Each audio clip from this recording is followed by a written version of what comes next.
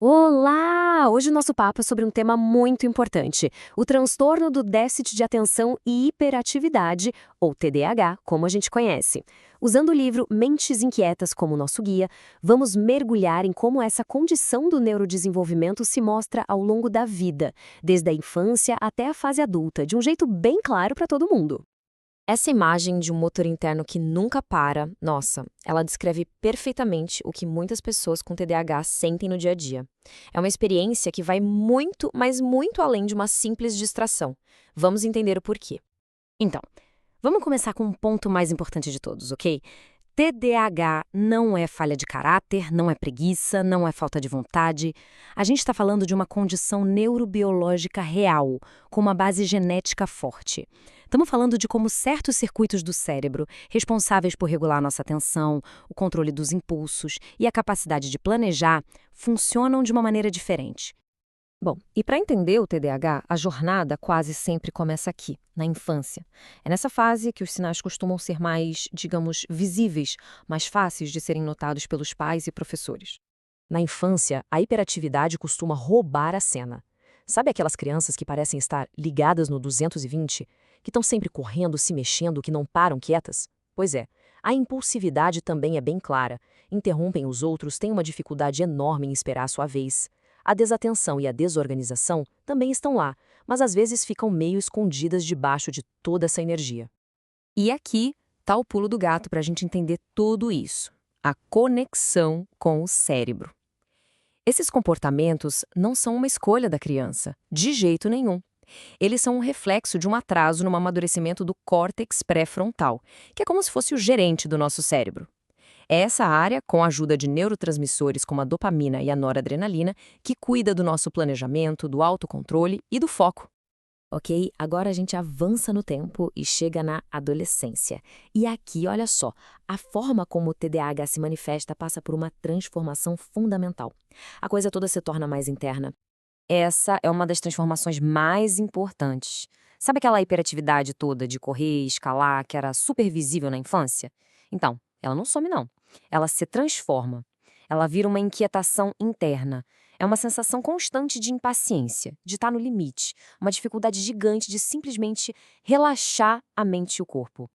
Na adolescência, as consequências, claro, ficam mais sérias.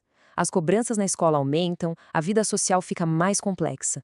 E aí, quando a desatenção e a impulsividade continuam, elas podem levar não só a dificuldades nos estudos, mas também a comportamentos de risco, como o uso de substâncias ou até uma direção imprudente.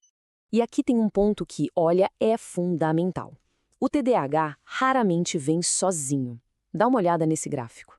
Cerca de 70% das pessoas com o transtorno também têm pelo menos uma outra condição junto. A gente chama isso de comorbidade. Isso, claro, torna o diagnóstico e o tratamento bem mais desafiadores. E essas são as peças mais comuns desse quebra-cabeça. É muito frequente a sobreposição com transtornos de aprendizagem, como dislexia, e também com ansiedade, depressão e até abuso de substâncias. Por isso que uma avaliação cuidadosa e completa é tão essencial para a gente entender o quadro inteiro da pessoa. E assim a gente chega na vida adulta. Aquela criança agitada e aquele adolescente inquieto agora enfrentam desafios que continuam a evoluir e impactar o dia a dia de maneiras bem profundas. Na vida adulta, muitas vezes é a desatenção que se torna o sintoma principal. E como isso aparece? Bom, geralmente como procrastinação crônica, aquela dificuldade enorme de cumprir prazos e uma desorganização constante. E o resultado disso tudo, muitas vezes, instabilidade nos relacionamentos e na carreira. Como essa tabela resume bem, o prejuízo funcional é muito claro.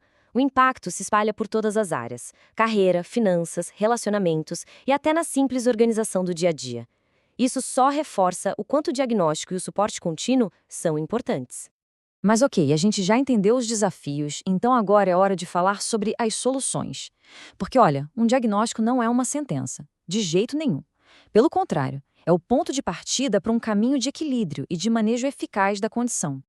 O diagnóstico correto é um processo super detalhado. Não existe um único exame que aponte o TDAH. É preciso investigar a história de vida da pessoa, usar escalas de comportamento e, o mais importante, contar com a colaboração de uma equipe multidisciplinar.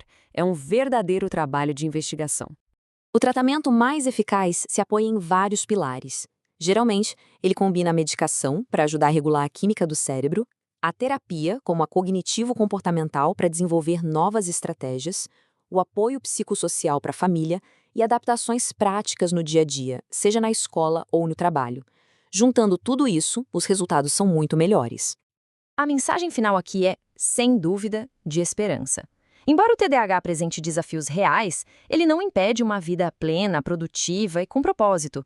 O diagnóstico e o tratamento correto são as ferramentas que permitem que a pessoa desenvolva todo o seu potencial. Então, para a gente fechar, fica a reflexão. E se, em vez de focar apenas na palavra déficit, a gente pudesse ver o TDAH como um jeito diferente de ser e de vivenciar o mundo? Entender a neurobiologia por trás de tudo isso nos convida a ter um olhar com mais empatia, um olhar que reconhece não só as dificuldades, mas também as particularidades e até os talentos de uma mente que simplesmente funciona de um jeito único.